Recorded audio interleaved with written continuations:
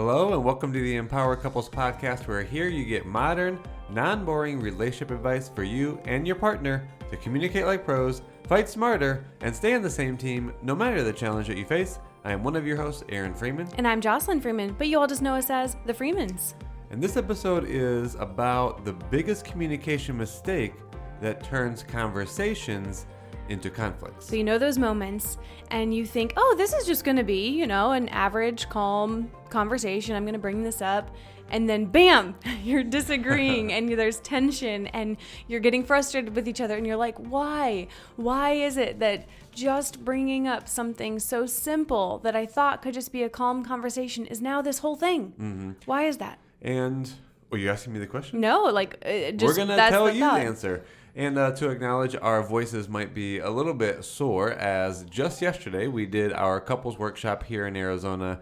It was awesome. I think you did amazing. I loved the new content that we added. I loved how you were in front of the room, how you interacted with everyone. And at the end, we asked about some of the biggest takeaways. And this answer today that we're doing this podcast on is what we heard at the end from many people. Yeah, and thank you for that acknowledgement. And what I love about working with you and doing these workshops is you do such a great job at sometimes being funny and playful and relatable. And then you have these moments where you get in and you challenge people and you get people hyped. And some people are like, have tears because of what you say is so moving, or they're like, whoa, and they're like, I needed to hear that, tough, real talk. And so you do such a great job at balancing fun, relatability, and then bam, I'm going to give you a little bit of a wake up call. But you're right. I love how you work with people, by the way. If you never attended a couples workshop with us in Arizona, we have each couple do the exercises, hence why it's a workshop. We're actually getting in there, communicating, doing exercises, and then we come around to help as needed. And when you're working with a couple at their individual table, they just always have a breakthrough. Oh, thank you. And we're not trying to keep you in suspense about the principle, but this really was a big aha for people, because we don't just talk about how communication is something you need to get better at, because we can all see that, communication is the key to a relationship. But it's another thing to truly get better at communication, which I know some of you kind of have FOMO, like you wish you could attend the couples workshop. So we actually put up a post on Instagram and Facebook saying, vote for where you want us to go next. It has been a dream of mine. I know, Aaron, I brought it up to you to take it on tour. So make sure you go and find that post, comment, tell us where you want to have us take the couples workshop. Now, let's not keep them in suspense. Aaron, what is the common mistake before we give them the better thing to do instead? It's going to your partner and expressing your upset, like what you're frustrated by or what's not going as well as you'd like. Just even a place that you feel, discontent around.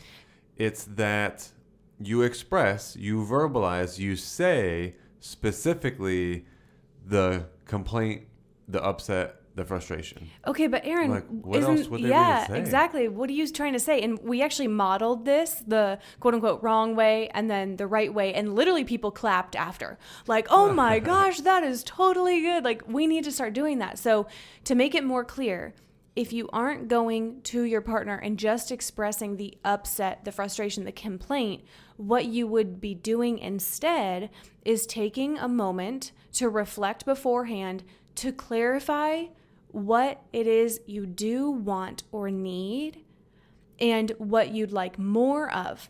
So this sounds completely different. So for example, when we model this in front of the group, if I were to go to Aaron and lead with the wrong way, I would be like, oh, I'm so upset. Like, you're always working. All we do is work, and then there's baby. You don't make any time for me. When was the last time we went on a date? It's like you don't even want to spend time with me. Mm-hmm. You don't plan any dates for us. And how are you likely to respond? When is the last time you planned a date? I mean, I'm out here working for us. So you can already tell that when you share or when you express from your upset, often things that are going to happen, it sounds like you're pointing the finger at them, that you're blaming them. And what else is there going to be except for your partner to get defensive, take that and get defensive? Mm-hmm. So if communication is the goal to understand more, you have to see that even in the very first statement that you make, you're already creating separation and distance and disconnect because you're putting each other against one another. Mm-hmm. It's like I'm blaming you for me feeling this way. Mm-hmm. And what is powerful is if we shift it to, okay, I've taken a minute to pause, to regulate my emotions, and come to you and say, hey, hubby, I would love to share something that I realized when I was reflecting. And I think, to be honest, it doesn't have to even sound like that. That nice. Okay. Nice. All right. Let me do it more neutral. Let me do it without the pet name. Yeah, okay. Yeah. So, hey, I was actually doing some reflecting and I was thinking about, something that's been on my mind. And I realized that I would really love some more quality time with you. I think I miss you. I know we've been working hard and it would mean a lot if we actually planned special time together. And maybe we took turns planning a date for each other. Is that something that you'd be up for prioritizing with me? Yeah, I would. When should we do that? So by Jocelyn bringing it up that way, you can already tell that though you do have an upset, you have some emotion that you're feeling, you didn't come out and say it, having it be as if it was my fault or that I needed to change something. So there wasn't a place for me to be defensive. You brought up the unmet need that you have, and by doing that, you followed it up with, but here's what I would like for us to do so that we can move in the direction of having that need be fulfilled. Yeah. There's no place really for me to get defensive about that. Mm-hmm. And when you share what you do want more of with your partner, like, who doesn't want to step into that? Mm-hmm. Like, no actual partner that's interested in being with you is going to say, well, no, I'm not really interested in having us feel closer by having that more time together or feel more prioritized. I don't know. I'm not down for that. Right.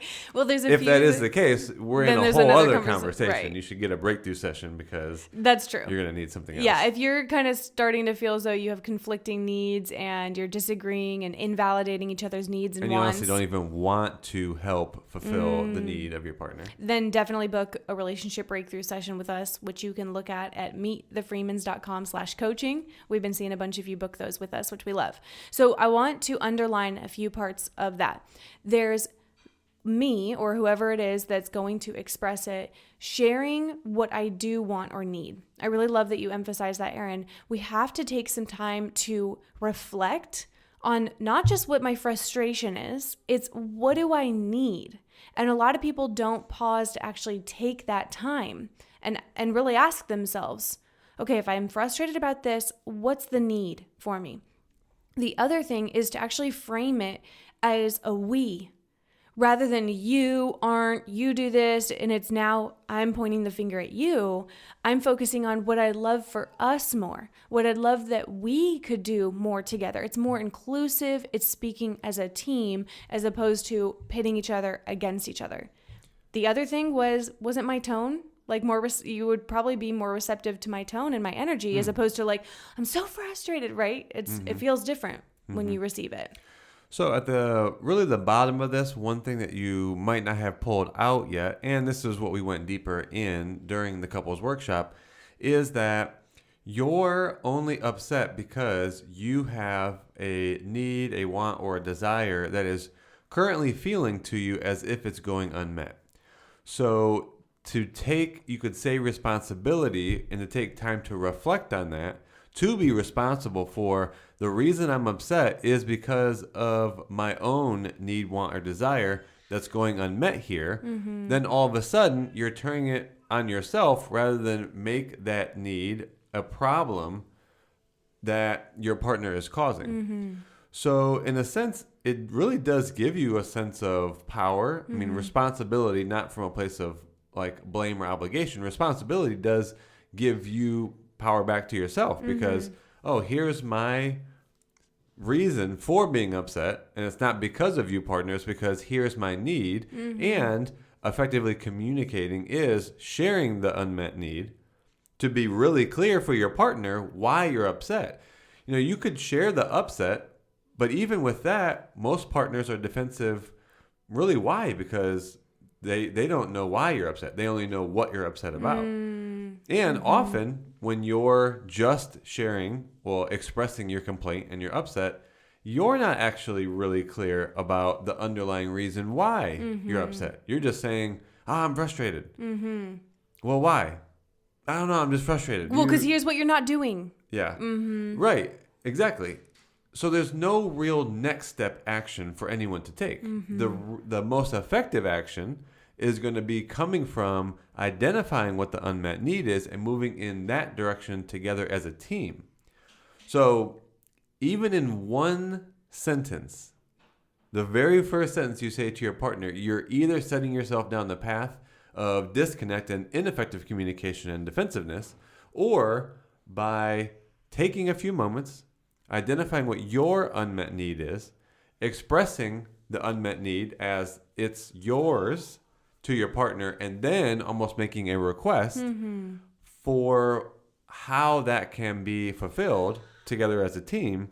That's really effective. Yeah, well said. I love that. And so the invitation from today's episode is for you to identify one frustration or upset that you either were planning to bring up this week or you've attempted to bring it up, in the distant past and it didn't go well. And instead go, okay, what's my need or my desire or what I'd like more of? And let me attempt to bring it up the way that I'm hearing today. So let us know. Please send a message on Instagram and tell us how it goes and if this resonates. By the way, it really helps us if you take 2.5 seconds to do a 5-star rating on whichever app you're listening on. And if you have time, just write a sentence or two about why you enjoy the episode. We put a lot of time and effort into this, and that's just a great way to kind of reciprocate the effort, and we appreciate them. Feel free to take 2 minutes if you need. You don't have to be limited to the 2.5 seconds, which I think the previous episode was 5 seconds. So now apparently our requirements for reviews are even cut in half. But honestly, don't write a 5-star review if you're not actually getting that level of value. Even any topics that you'd like to hear more of or go deeper, but also just sharing what you do take away and what the benefit is if you've been a listener for a while. Yes, we love that. We do this for you, and we love answering your questions. We get a lot of the inquiries on Instagram and things like that. And if we can support you further, and if you are a little bummed about not being able to attend a workshop with us, then book a breakthrough session with us at meetthefreemans.com/coaching. We work with couples all over the world. We love you all. We can't wait to talk to you on the next episode.